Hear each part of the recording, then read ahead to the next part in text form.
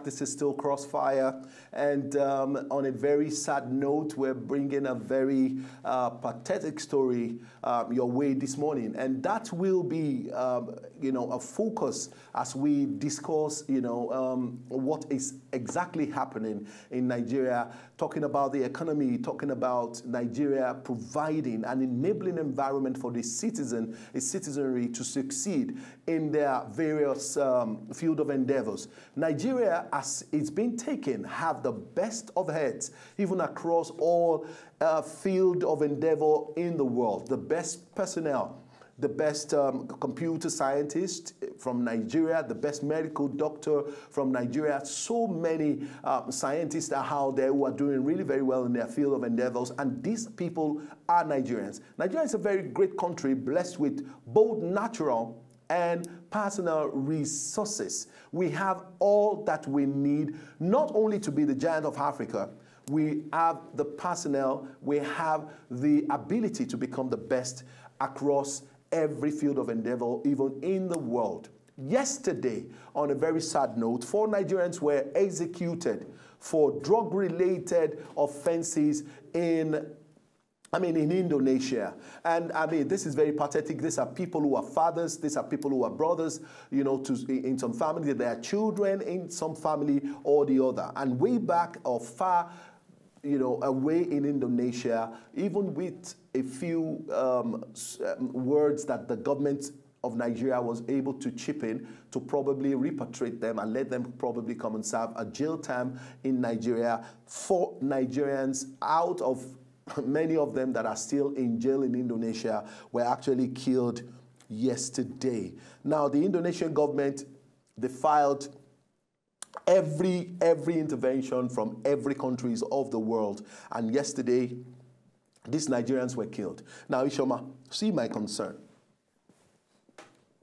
These guys are Nigerians. These guys are men. If you read their story, it's really very pathetic. There was one of them who traveled to Indonesia because he was in a business, and the business crumbled due to problems in Nigeria. He was trying to establish a manufacturing company, but due to no power, no money to be able to fund, he has made a lot of investment and is not getting anything out. And at the end of the day, he went into debt. And then he met with someone who he probably approached for help. And the person is like, okay, this is what I do. And if you don't mind, he said, while I am not saying it is proper for any one of these guys to have just gone into just any business, an act of desperation to succeed. But at the same time, Ishoma, I'm really, really, really very pained in my heart that this is what the government in Nigeria is making Nigerians do, even abroad. No, wait. Let's not jump. There are a lot of Nigerians in the country today who are also in a lot of financial debt. Yeah.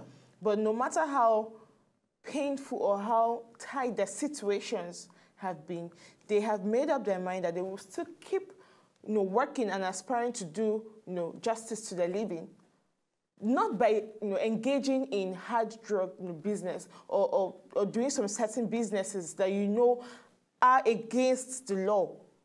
I don't see this as an excuse for you to meddle into hard drug trafficking. It's not a sufficient excuse. You will want to look at it. I know the dimension you will want to look at it from a lawyer point of view. You want to look at it from the fact that they are grown-ups, they are men, and they should know what is right or what is wrong. Mr. Dapo, seriously. Let me play the devil's advocate here. No, you're not playing that. You're already feeling that. As a Nigerian, you're leaving Nigeria, you live in the shores of Nigeria, and you're going to another country. You first respect for survival. For survival. You're going in there as an immigrant. First of all, you're supposed to be bound by the law. You're supposed to be accustomed with the laws of the land. And you should know that the laws of the land are supreme.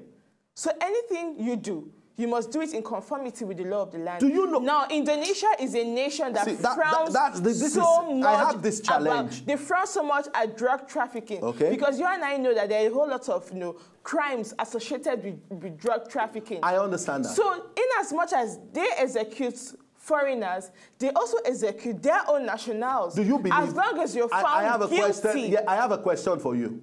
I have a question for you. Same crime, mind you. I have a question for you. Some months back also, even some other European nations who sought so hard to get their own nationals repatriated to face the punishment in that country, they refused. Okay. They went ahead to execute them because that's their law. Okay, let me ask you this question. Do you know that people steal not because they are thieves? But then they chose to steal. No. Do you know that people... They had a choice of selling hold on. something. I mean, just answer me yes or no. Can somebody steal not because he's a thief, but he has stolen? But stealing has automatically made the person a thief. Okay. I don't care how you look at it. It is just a scenario I'm trying to paint. Yeah. And this is what I mean. No, hold on now. This is what I mean. A country like Nigeria, blessed with all kind of resources that you can ever imagine.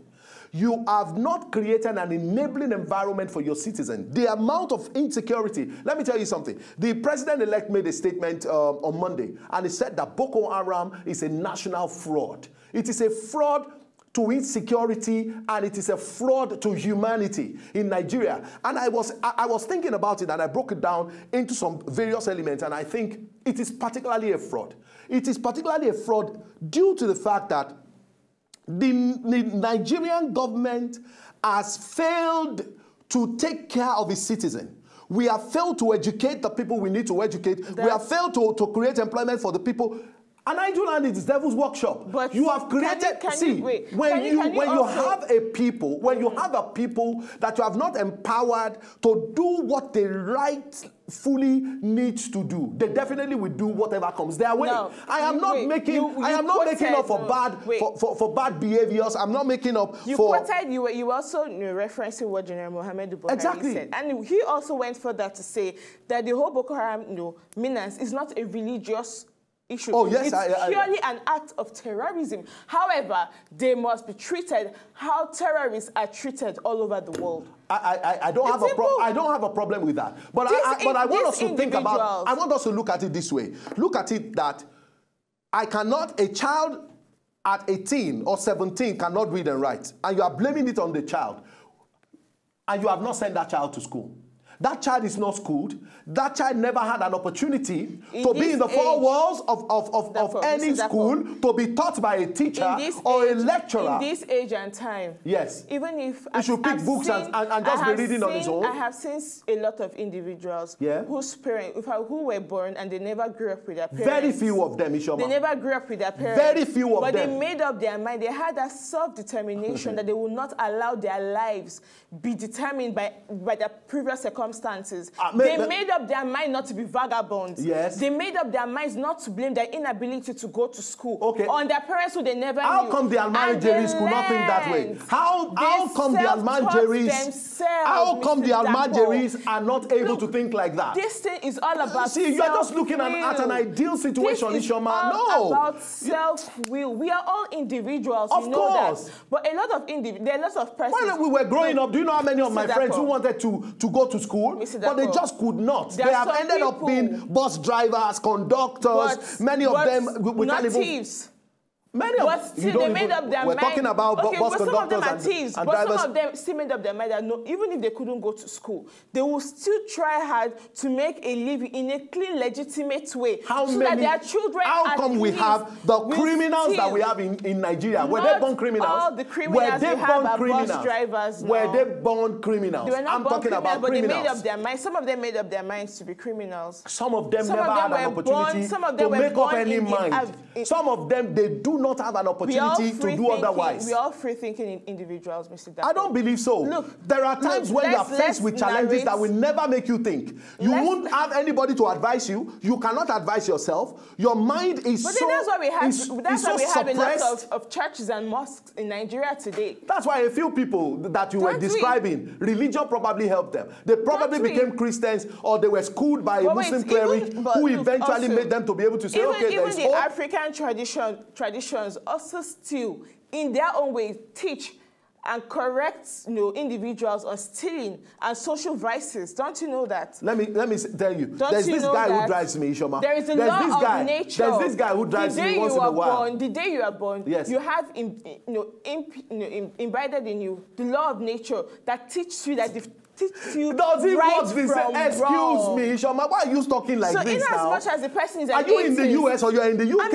I'm in Nigeria. Why are you making it look like it's... No! Let's be factual here. You are not being factual. Wait. What do you want us to do? I am saying that. We should go and fight the government of Indonesia. No, I am saying... For executing Nigerians. I'm even talking about... Who did what was wrong within the ambit of the law.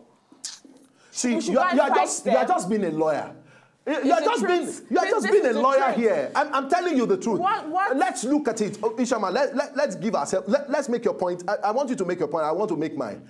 I'm saying that, see, the government of Nigeria has failed us. Okay, yes. The fact that you are sitting here to be a lawyer, you are just blessed. You are just opportune. A lot of people want to go to school. The guy who drives him once in a while is a carpenter, for God's sake. I call him once in a while to move me around when I'm so tired to drive. And most times I engage him and I talk to him. You are a carpenter. You picked up a skill alongside and everything. And he will tell me, really and truly, his school I want to go to is because there was just nobody to send me or to assist me to go to school. That was why I felt, okay, instead of becoming totally useless to himself and to his society and to his family at large, he picked up the skill. Now, how many people? Hold on now. How many people are bringing carpentry work? How many people? If we sit down in the shop, no work will come for days. This was one of the things you and I said earlier on, that these individuals who went ahead into drug trafficking made up their mind to do this because probably they wanted quick money. There are a whole lot of Nigerians also who are doing menial jobs today, not because they want to do menial jobs, but because they know they want to earn a living, a decent living for themselves and their families. Do you know armed robbers? They have made up their mind. Believe that they are working. You don't know armed robbers think they are working? Into anything evil. Oh, okay. So I see this, I don't you see it as evil, they see it as a profession. Because that is the situation they have found themselves. If it's fine by them, then they should be ready to dance, by the tunes of the law. Okay, anyway. They should be ready to face the law. It's your opinion, and it's my opinion are crimes. too. But at this point in time, let's go on a short break. When we come back, we will yet be discussing about, the topic we're treating right now. We'll be right back.